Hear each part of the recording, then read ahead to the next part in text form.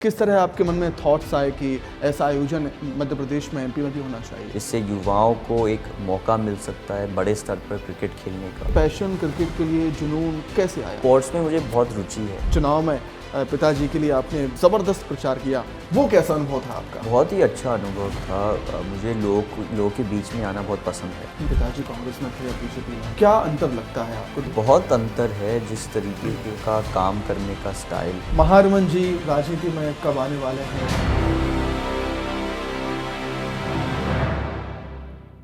नमस्कार, बहुत स्वागत है आपका। मैं हूं आपके साथ सुमित शर्मा। विस्तार न्यूज़ देख रहे हैं आप और आज हमारे साथ खास मुलाकात में एक ऐसी शख्सियत मौजूद हैं जो पॉलिटिक्स में एक्टिव तो हो ही चुके हैं लेकिन क्रिकेट के काफ़ी दीवाने हैं। जी हाँ, मध्य प्रदेश में क्रिकेट को बढ़ावा देने के लिए लगातार वो कोशिशें कर भी रहे हैं और मध्य प्रदेश में बहुत जल्द एमपीएल मतलब मध्य प्रदेश प्रीमियर लीग की शुरुआत होने जा रही है। उन्हीं के नेतृत्व में ये शुरुआत होने जा रही है। मुलाकात कीजिए, हमारे साथ मौजूद है महारमन सिंधिया जी, जो कि सिंधिया जी के बेटे हैं, माधवराव सिंधिया जी के पोते हैं। बहुत स्वागत है महारमन जी हमारे विस्तार न्यूज़ में। और सबसे पहला सवाल मेरा यही रहेगा, क्रिकेट को लेकर वर्ल्ड कप भी चल रहा है, अभी शानदार जीत पाकिस्तान पर दर्ज की है टीम इंडिया ने। एमपीएल की शुरुआत होने जा रही है हमारे प्रदेश में। किस तरह आपके मन में थॉट्स आए कि ऐसा आयोजन मध्य प्रदेश में एमपी में भी होना चाहिए? बिल्कुल। पिछले 7-8 महीने हमने काफ़ी समय युवाओं से बिताया। हमने समझने की कोशिश किया कि भाई युवा खिलाड़ी की क्या कमियां हैं, क्या समस्याएं हैं। तो उस वक्त उस दौरान मुझे ये समझ में आया कि सबसे पहले उनको एक बड़ा टूर्नामेंट चाहिए, जिसके द्वारा उनको अच्छी विजिबिलिटी मिले, प्लेटफॉर्म मंच चाहिए जो खाली फिजिकल फॉर्म में ना हो लेकिन कोई ऑनलाइन स्ट्रीम भी हो। दूसरी चीज़ उनको एक कमाने का एक अच्छा मौका चाहिए। तीसरी चीज़ उन्हें जो इंडियन और नेशनल और जो आईपीएल के टीम के जो स्काउट्स हैं उनको अपना स्किल दिखाने का एक मौका चाहिए। और लास्टली उनको एक ऐसा मंच चाहिए जिससे उनको पब्लिक से भी थोड़ा जुड़ाव मिले और जो अनुभवी प्लेयर्स हैं देश में उनके साथ भी खेलने का एक मौका मिले। तो ये चारों बातों को मेरा जो ख्याल था रखते हुए मैंने ये फिर एमपीएल का जो विज़न था ये बनाया, एक लीग जिसके द्वारा ये सारे चीज़ें पॉसिबल हो सकता है। और उसके साथ साथ एक दूसरा लक्ष्य भी था इस लीग का, वो है क्रिकेट के अलग जो भाग हैं उनको फिर से साथ में लाने का। क्रिकेट के 4 मेन भाग हैं, वो है आपकी क्रिकेटर्स जो क्रिकेट खेलते हैं, आपकी जो क्रिकेट एडमिनिस्ट्रेशन जो पॉलिसी और रिफॉर्म बनाती है, आपके बिजनेस कम्युनिटी जो इन्वेस्ट करती है क्रिकेट में, और चौथी पर सबसे महत्वपूर्ण आपकी मीडिया और आपकी पब्लिक जो क्रिकेटर्स में जोश और उत्साहिता लेके आती है। तो ये चारों भागों को हमें फिर से वापस साथ में लेके आना होगा और हम साथ में एक लीग से लेके आएंगे जिससे मैचेस होते रहेंगे, टीम्स बनेंगे अलग अलग क्षेत्रों से। तो कॉम्पिटिटिव जो नेचर है बिजनेसेस का और पब्लिक का वो भी बाहर निकल के आएगा। तो इस तरीके के साथ हम ये लीग सामने लेके आना चाहते थे। तो ये 4 भाग भी और इनका जो संबंध है वो और गहरा बनेगा और क्रिकेटर्स के लिए जो उनकी समस्या है उनका भी हल सामने आएगा। एमपीएल की शुरुआत करने से पहले काफ़ी कुछ रिसर्च आपने किया है, लोगों से काफ़ी कुछ बातचीत की है कि किस तरीके से हम कुछ बातचीत की है और काफ़ी लीग्स को भी देखा है कि मध्य प्रदेश देश में पहला लीग नहीं है। आप तमिलनाडु जाइए, कर्नाटका जाइए, वेस्ट बंगाल जाइए, यूपी जाइए, राजस्थान जाइए, हर सभी के अपने लीग शुरू हो गए। लेकिन हम एक ऐसा लीग बनाना चाहते थे जो ये बाकी लीगों से थोड़ा अलग हो। और अलग कैसे है? अलग है क्योंकि खाली 2 या 3 लीग्स हैं पूरे देश में जो एक ऑनलाइन प्लेटफॉर्म पे है जो लाइव स्ट्रीम हो रही है। तो उनमें से एक लीग एमपीएल है अपने पहले साल। तो सबसे इम्पोर्टेंट चीज़ वो है। दूसरी चीज़ है कि हम अपने लीग के द्वारा जो भी बिजनेस पार्टनर्स एसोसिएट होंगे उनसे अभी बातचीत चल रही है कि हम हर कंपनी 5 या 6 प्लेयर्स को रोज़गार दें, जो आइडेंटिफाई करके हम 5-6 प्लेयर्स को 3 मेल 3 फीमेल को रोज़गार दें ताकि इक्वल रिप्रेजेंटेशन हो। चौथी चीज़ है जो एजुकेशनल इंस्टीट्यूशंस हैं जो हमसे जुड़े हैं उनसे हम बात कर रहे हैं स्कॉलरशिप्स के लिए। तो उनके एजुकेशनल इंस्टीट्यूट्स में हम क्रिकेटर्स को स्कॉलरशिप्स दिलवाएं पढ़ाई के लिए। चौथी चीज़ है टेक्नोलॉजी, जो अब वीडियो टेक्नोलॉजी आ गई है, जो अब अगर आप वर्ल्ड कप में देखेंगे तो वो जब प्लेयर आउट होता है तो वो पूरी वीडियो रिकॉर्डिंग एनालिसिस होती है एआई टेक्नोलॉजी के साथ। सबसे पहली लीग में यूज होगा पूरे देश में वो एमपीएल में। क्या बात। तो ऐसे कई विभिन्न सोच थे हमारे जो हम बाकी लीगों से अलग करना चाहते थे और हम एक पायनियर बनना चाहते थे लीग्स में। तो ये हमारी सोच थी। तो हम काफ़ी अलग हैं, लीग तो काफ़ी हैं देश में, लेकिन हर लीग से हम काफ़ी अलग हैं। निश्चित तौर पर बहुत ही अच्छा सोचा है आपने। मध्य प्रदेश में जो क्रिकेट से जुड़े खिलाड़ी हैं उनको प्लेटफॉर्म मिलेगा और उनकी पहचान भी कहीं ना कहीं होगी। मैं ये चीज़ जानना चाहता हूँ आपसे कि हम देख रहे हैं कि आईपीएल में कई स्टेट्स की टीमें हैं, लेकिन अभी तक एमपी की कोई टीम नहीं है। तो आपको लगता है कि आने वाले भविष्य में ऐसा होगा कि एमपीएल मतलब मध्य प्रदेश की कोई टीम आईपीएल में भी हमें देखने को मिले? बिल्कुल संभव है। और ये मेरे ख्याल से ये एक पहला कदम है उस तरफ। जैसे मैंने शुरुआत में भी आपसे कहा था कि हमें ये भागों को पहले साथ में लेके आना पड़ेगा। अभी ये थोड़ा सा बिछड़ा हुआ है, तो मैं चाहता हूँ कि अगले 3-4 साल में मैं एमपीएल से इन भागों को मजबूत करूँ और उसमें वापस वो एनर्जी और जोश लेके आऊँ, वो कंपेटिटिव स्पिरिट, ताकि लोग आके मैचेस देखें, सपोर्ट करें क्रिकेटर्स को। बिजनेस कम्युनिटी से जो रुचि है, जो एनर्जी चाहिए इन्वेस्टमेंट्स के लिए, वो फिर से वापस आए। तो पहले हम इस पे काम कर रहे हैं ताकि ये दो भाग थोड़े मजबूत हो जाएं और फिर हम आईपीएल की तरफ जाएंगे। क्योंकि मैं चाहता हूँ, मेरा तो यही सोच है, यही डिज़ायर है कि अगर हम कभी भी भविष्य में एक आईपीएल टीम खड़ा करें तो मैं चाहता हूँ कि वो कंपनी जो है एमपी से ही।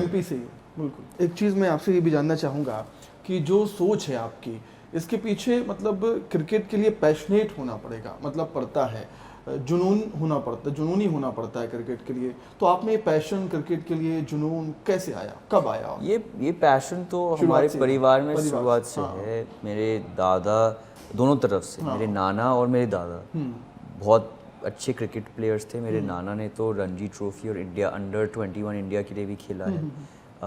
तो दोनों तरफ से वो क्रिकेट की रुचि नीचे आई है पीढ़ियों से। और जनरली आम तौर पे भी मुझे स्पोर्ट्स खेलना मुझे बहुत पसंद है। मैं बोर्डिंग स्कूल, दून स्कूल में गया था। वहाँ पे हमें कंपल्सरी होता है हर स्पोर्ट खेलने के लिए। जब मैं घुसा था मुझे खाली 1-2 स्पोर्ट्स आते थे। जब मैं 5 साल बाद ग्रेजुएट हुआ दून स्कूल से तो मुझे सारे स्पोर्ट्स आते थे। तो स्पोर्ट्स में मुझे बहुत रुचि है वैसे भी। और क्रिकेट में तो आप जानते ही हैं, हर व्यक्ति, हर इंसान देश में क्रिकेट में तो इंटरेस्टेड रहता ही है। और बिल्कुल, और एक चीज़ ये भी बताइए आप हमें कि देखिए प्रोफेशनल्स क्रिकेट तो सभी खेलते हैं और एमपी से भी आप एमपीएल की शुरुआत करने जा रहे हैं, लेकिन टेनिस बॉल क्रिकेट का भी कहीं ना कहीं बहुत ज़्यादा हम देखते हैं। स्ट्रीम क्रिकेट जो कहते हैं, गली क्रिकेट हम जिसे कहते हैं, और हमारे गांव कस्बों में तो वही बहुत ज़्यादा खेला जाता है। तो क्या उसके बारे में भी आपको कुछ प्लानिंग है, कुछ सोचते हैं? बिल्कुल, बड़े बड़े टूर्नामेंट होने चाहिए ऐसा लगता है? बिल्कुल, हमें अलग अलग टूर्नामेंट्स करने होंगे। और इसलिए मैंने कहा है कि जो बिजनेस कम्युनिटी बहुत इंपॉर्टेंट है। क्योंकि अगर मैं एक टीम खरीदता हूँ तब मुझे भी उत्साहता आती है कि भाई अब ये भोपाल मेरी टीम है, अब मुझे भोपाल में कुछ करना है। तो मैं अलग अलग टूर्नामेंट्स करवाऊंगा, मैं टैलेंट खोजूंगा, मैं ट्रेनिंग सेंटर्स बनाऊंगा, मैं पिचेस बनाऊंगा।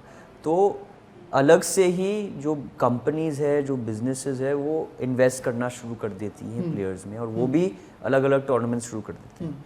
तो एक तरफ से आपको इनडायरेक्टली ये सुविधाएं लोगों को मिलेगी ये ओनर्स के थ्रू, और डायरेक्टली हमसे मिलेगी जब हम भी डायरेक्टली ये कॉम्पिटिशन्स करवाएंगे।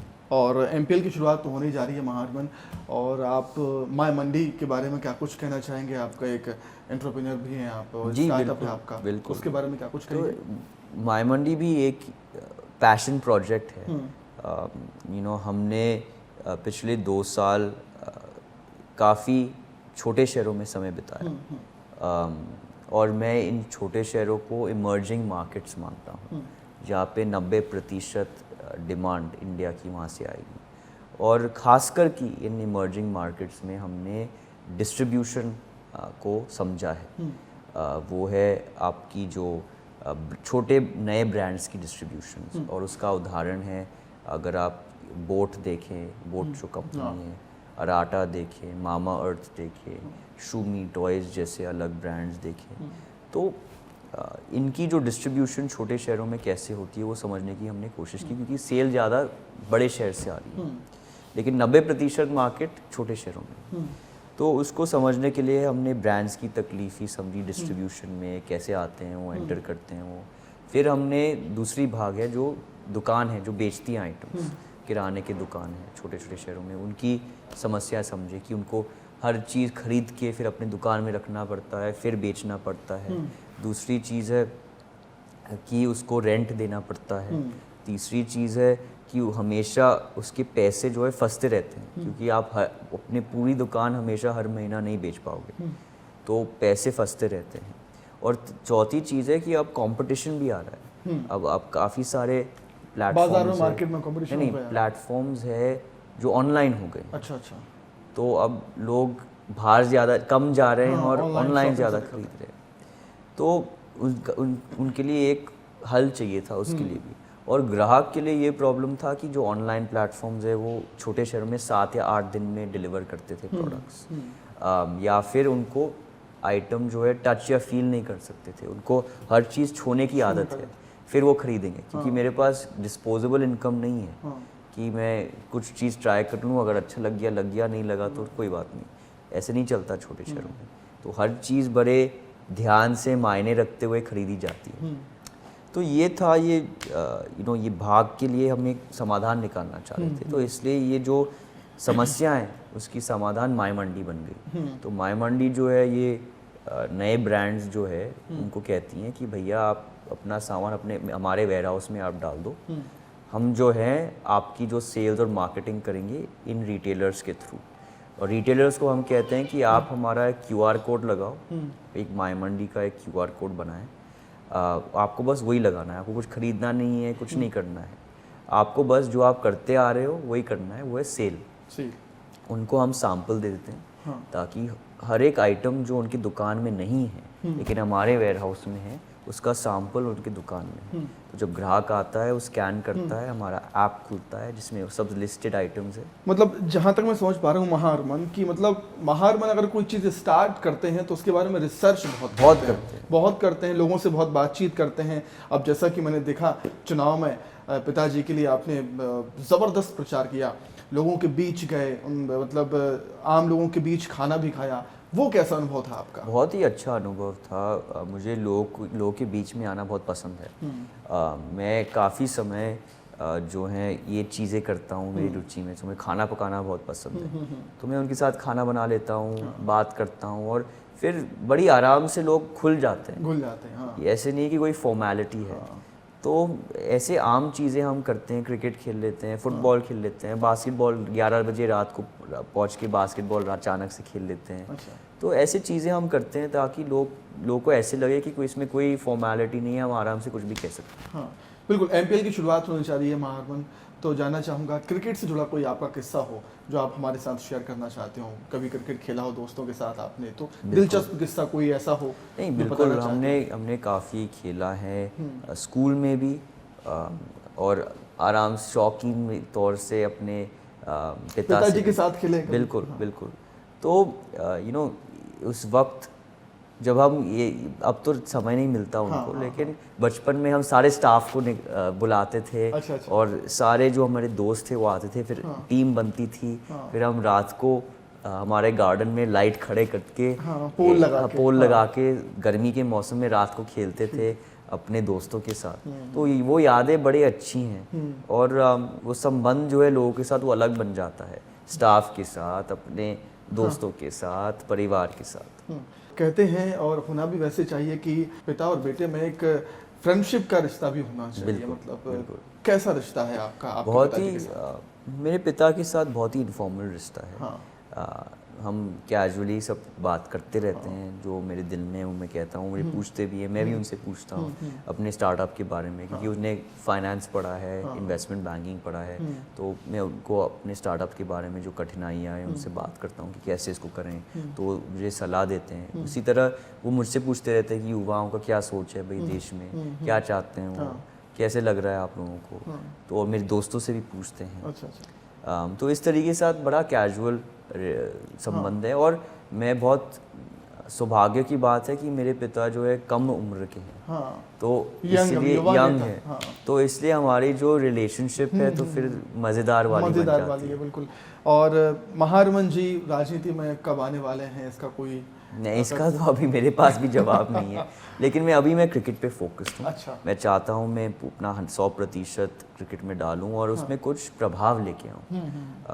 MPL तो कोई भी खड़ा कर सकता है, लेकिन उसका प्रभाव होना चाहिए, कुछ अलग होना चाहिए। बिल्कुल, और मैं अपने स्टार्टअप्स पे फोकस्ड हूँ। अच्छा, बिल्कुल। और थोड़ा पॉलिटिकल भी एक सवाल मैं आपसे करना चाहूँगा। जैसा कि आप पिताजी के चुनाव प्रचार में काफ़ी देखे गए, लोगों के बीच गए, परिवारवाद को लेकर काफ़ी बातचीत यहाँ पर होती रहती है, जो विपक्ष हैं, कांग्रेस है, वो आरोप लगाती रहती है, तो इसको लेकर क्या कुछ कहना चाहेंगे परिवारवाद को लेकर? देखिए, ये हमारे लिए परिवारवाद की बात आती ही नहीं है, क्योंकि ये ऐसे परिवार वाली बात नहीं है, ये तो सालों से हम करते आ रहे हैं, एक पहली बात। और दूसरी बात, परिवारवाद जब आती है जब आप पहले चुनाव में तो परिवारवाद के नाम पे आप जीत सकते हैं, लेकिन उसके बाद आप नहीं जीत सकते। उसके बाद आपके काम पे लोग भरोसा करके वोट डालते हैं, और आपको ये नतीजा जो है आपके सामने है इस इलेक्शन में भी। हाँ, बिल्कुल बिल्कुल। जिस तरीके से लोग ने वोट किया है, उसका नतीजा सामने आता है। हमारे प्रधानमंत्री जी ने खुद कहा था मंच से कि भाई अब आपको असलियत पता चल रहा है कि लोग कैसे वोट कर रहे हैं। तो ये परिवार की वाद की बात आती ही नहीं है पहले चुनाव की बात, हालांकि पहले चुनाव में आती है, लेकिन उसके बाद लोग ऐसे नहीं सोचते। मतलब मेहनत करेंगे तो आप बहुत चालाक हैं, लोग को सब कुछ पता है, आप सोशल मीडिया और मीडिया के द्वारा उनको सब जानकारी आती है, सब जानती है, तो वो सब जानते हैं, वो बहुत ही तेज हैं। तो ये परिवारवाद की पहले आती होती, क्योंकि पहले इन्फॉर्मेशन जो है इतनी स्प्रेड नहीं हो पाती। सही बात। अब मिनट में आपके द्वारा, ट्विटर के द्वारा, यूट्यूब के द्वारा, इंस्टाग्राम के द्वारा मिनट में हजारों लाखों लोगों को पता चल जाता है कि क्या हो रहा है। तो ये बात जो है अब मायने नहीं रखती। और खासकर हमारे परिवार की बात करें तो हमारी परिवार तो जनता के लिए काम करती आ रही है और करती जाएगी। बिल्कुल। सिंधिया परिवार ने हमेशा से कहा है कि जनसेवा ही उनका एक मेन मोटिव रहा है, मकसद रहा है। एक और चीज़ आपसे जानना चाहूँगा मैं, आपने मोदी जी का यहाँ पर जिक्र किया, प्रधानमंत्री मोदी जी का जिक्र किया आपने, और एंटरप्रेन्योर हैं आप, उद्यमी हैं, MPL की शुरुआत करने जा रहे हैं, तो क्या आपको लगता है कि मोदी सरकार में, बीजेपी सरकार में एक स्टार्टअप को बनाने में, खड़ा करने में आसानी होती है कहीं ना कहीं, जैसा कि सपोर्ट भी करते हैं मोदी? बिल्कुल। आप स्टार्टअप इंडिया की स्कीम्स देखिए, PM मुद्रा स्कीम, आप स्टार्टअप इंडिया की रजिस्ट्रेशन फॉर्म देखिए, ताकि अलग अलग इन्वेस्टर्स को कंपनियों के बारे में पता चलता है। सरकार हम अपने आप से कॉन्क्लेव रखती हैं स्टार्टअप्स के लिए। आप स्टार्टअप्स के नंबर्स देखिए, किस तरीके के साथ कितने सारे स्टार्टअप्स पिछले 5 साल में खुले हैं हमारे देश में। तीसरी बात, पहले स्टार्टअप फंडिंग बहुत मुश्किल होता था। जिस तरीके के साथ ये पूरा पर्यावरण बदला है हमारे देश में, अब हम विदेश से स्टार्टअप फंडिंग नहीं ढूंढते, हम अपने देश के अंदर से ही हमें स्टार्टअप फंडिंग मिलती है। जो पहले परिवार के जो ऑफिस होते थे, बिजनेस ऑफिसेज, वो पहले स्टॉक्स में इन्वेस्ट करती थी, मार्केट में इन्वेस्ट करती थी, बिजनेस खरीदने में इन्वेस्ट करती थी, लेकिन वो स्टार्टअप्स में कभी इन्वेस्ट नहीं करती थी। अब वो कल्चर बदल गया है। अब इतने सारे परिवार के ऑफिसेज जो हैं, अपने छोटे ऑफिसेज उन्हें खोल दिए स्टार्टअप्स पे फोकस करने के लिए। तो फंडिंग की जो प्रॉब्लम थी वो उसमें थोड़ी हल आ गई है। और चौथी बात है जो ईज़ ऑफ डूइंग बिजनेस है। अगर आप इंडिया के रैंकिंग्स देखिए तो काफ़ी हद तक इंडिया आगे बढ़ गई है ईज़ ऑफ डूइंग बिजनेस में। तो ये सब चीज़ों को अपने दिमाग में रखते हुए 100% इसमें बदलाव आया है और आसानी हुई है स्टार्टअप को। बिल्कुल। निश्चित तौर पर। और एक और चीज़ आपसे मैं जानना चाहूँगा कि आपके दादाजी कांग्रेस में थे, पिताजी कांग्रेस में थे, अब बीजेपी में हैं। जी। क्या अंतर लगता है आपको दोनों ही पार्टियों में? बातचीत तो होती होगी बिल्कुल, परिवार में, फैमिली बिल्कुल। में, दोनों ही पार्टियों को लेकर? बहुत अंतर है जिस तरीके का काम करने का स्टाइल है, डेटा ड्रिवन। मैं आपको एक कहानी मैं आपको बताता हूँ। बिल्कुल। जब मैंने मुझे भी यही आश्चर्य होता था कि कैसे काम होता है, तो मैंने अपने पिता से पूछा कि इस सरकार इतनी सारी योजनाएं निकाल रही हैं, नीतियाँ निकाल रही हैं, तो इसको मॉनिटर कैसे करते हैं, प्रधानमंत्री कैसे मॉनिटर करते हैं? तो उन्हें जवाब दिया कि जो हंस के दिया कि हमारे जो प्रधानमंत्री है वो असलियत में एक हेडमास्टर जैसे काम करते हैं। अच्छा। एक प्रिंसिपल जैसे काम करते हैं। तो हर एक मंत्री को मंत्रिमंडल में जो कैबिनेट मीटिंग होती है तो उसमें प्रेजेंटेशन देना पड़ता है, रिपोर्ट कार्ड देना पड़ता है कि क्या क्या योजनाएं निकली हैं, क्या क्या इंफ्रास्ट्रक्चर प्रोजेक्ट्स निकले हैं, कितना कैपिटल यूटिलाइजेशन हुआ है, और अगर किसी चीज़ में कमी रह गई हो तो वहाँ पे प्रश्न पूछा जाता है, तो क्यों कमी रह गई है, क्यों डिले हुआ है, और अगर कोई कारण जो है अच्छा कारण ना हो तो वहाँ पे प्रधानमंत्री का डंडा मिलता है। तो इस तरीके से काम बदला है, हर चीज़ विजुअलाइज हो रहा है, हर चीज़ का डैशबोर्ड है, हर आइटम की डेटा है, तो डेटा बेस्ड डिसीजंस लिए जाते हैं जो बहुत ही अलग है कांग्रेस पार्टी से। ठीक है, फिर से मैं एमपीएल पे आना चाहूँगा। एमपीएल को लेकर आपके पिताजी सिंधिया जी कितना सपोर्ट कर रहे हैं, उस बारे में भी आपसे बातचीत हुई होगी एमपीएल को लेकर, क्या कुछ कहते हैं? नहीं, वो बहुत सपोर्ट कर रहे हैं, वो बहुत खुश हैं कि हमने एक ऐसा कदम उठाया है जिससे युवाओं को बहुत फ़ायदा मिल सकता है, जिससे युवाओं को एक मौका मिल सकता है बड़े स्तर पर क्रिकेट खेलने का। तो वो बहुत खुश हैं क्योंकि वो भी ऐसे एक लीग चाहते थे हमारे प्रदेश में, और वो चाहते हैं कि और भी लोग ऐसे लीग्स बनाएं। दूसरी बात है, वो खुश हैं कि हम, जैसे मैंने कहा, उन्होंने भी कहा बहुत महत्वपूर्ण है कि आप बिज़नेस कम्युनिटी को फिर से जोश दे रहे हो कि वापस आए क्रिकेट में, वापस इन्वेस्ट क्रिकेट में। और मैं भी आपके माध्यम से यही कहना चाहूँगा कि जो बिज़नेस कम्युनिटी है उनको क्रिकेट को अभी बहुत सपोर्ट देना होगा खुद से। अगर उनका रुचि है, उनकी प्रयास है कि क्रिकेट आगे बढ़े, तो उनको भी सपोर्ट करना पड़ेगा। और आज मैं बड़ा खुश हूँ कि मेरे पास ऐसे टीम ओनर्स हैं जिसमें क्रिकेट का बहुत लगाव, पैशन। आज भोपाल में बहुत समय बिताया मैंने भोपाल के ओनर्स के साथ, अभिषेक गुप्ता के साथ, और उनकी रुचि जो है बहुत ही गहरी है। आलोक बिरला जो है रीवा से हैं, उनकी रुचि बहुत, सिंघानिया जी सीमेंट कंपनी जो चीता चलाते हैं, उनकी रुचि बहुत है क्रिकेट में। तो ऐसे कई ग्रुप्स है जिनकी रुचि क्रिकेट में इतनी है और वो खुद से लगान से काम कर रहे हैं और क्रिकेट को बढ़ाना चाहते हैं अपनी टीम के क्षेत्र में। क्रिकेट के लिए आपका जो लगाव है, आपका जुनून है, आपका पैशन है, उसको देख के कहीं ना कहीं मुझे लगता है कि आपने कभी न कभी सोचा होगा कि मैं क्रिकेटर बनूं। ये सपना कहीं ना कहीं रहता है किसी न किसी का। मैं बहुत स्पोर्ट्स खेलता था, लेकिन ये ऐसा सपना नहीं था कि मैं स्पोर्ट्स में घुसूं। अच्छा। मेरा बिजनेस में ज़्यादा दिलचस्पी था। स्पोर्ट्स में मुझे मज़ा आता था बिल्कुल खेलने में, कम्पेटिटिव था, मैंने काफ़ी टूर्नामेंट्स खेले हैं, पर मुझे बिज़नेस पे ज़्यादा रुचि थी। तो इसलिए मैंने फिर जब विदेश जाके मैं पढ़ के आया, मैंने थोड़ा अनुभव लिया इन भारत में, फिर उसके बाद मैंने अपना एक स्टार्टअप शुरू किया। बिल्कुल। और आपको लगता है मध्य प्रदेश में क्रिकेट को लेकर बहुत संभावनाएं मध्य प्रदेश के खिलाड़ियों में आपको देखने को मिलती हैं? जिस तरीके से मैंने देखा है हमारे खिलाड़ियों को, जैसे वो ट्रेनिंग कर रहे हैं, खेल रहे हैं, मुझे बहुत संभावना है कि वो बहुत आगे बढ़ेंगे। तो ये थे हमारे साथ महारमन सिंधिया, जिन्होंने क्रिकेट को लेकर इतनी बड़ी बड़ी बातें यहाँ पर की हैं। एमपीएल को लेकर काफ़ी उत्साहित हैं वो, उनकी शुरुआत एमपीएल की होने जा रही है मध्य प्रदेश में। उनको लगता है कि मध्य प्रदेश के जो युवा क्रिकेटर हैं काफ़ी उत्साहित हैं एमपीएल को लेकर। राजनीति में लगातार सक्रिय रहते ही हैं, लेकिन क्रिकेट प्रेमी हैं, हम उनको शुभकामनाएं देते हैं। बहुत बहुत शुभकामनाएं महारमन सिंधिया जी एमपीएल को लेकर आपको। तो इसी के साथ ही हमारी खास पेशकश में फिलहाल इतना ही। नमस्कार।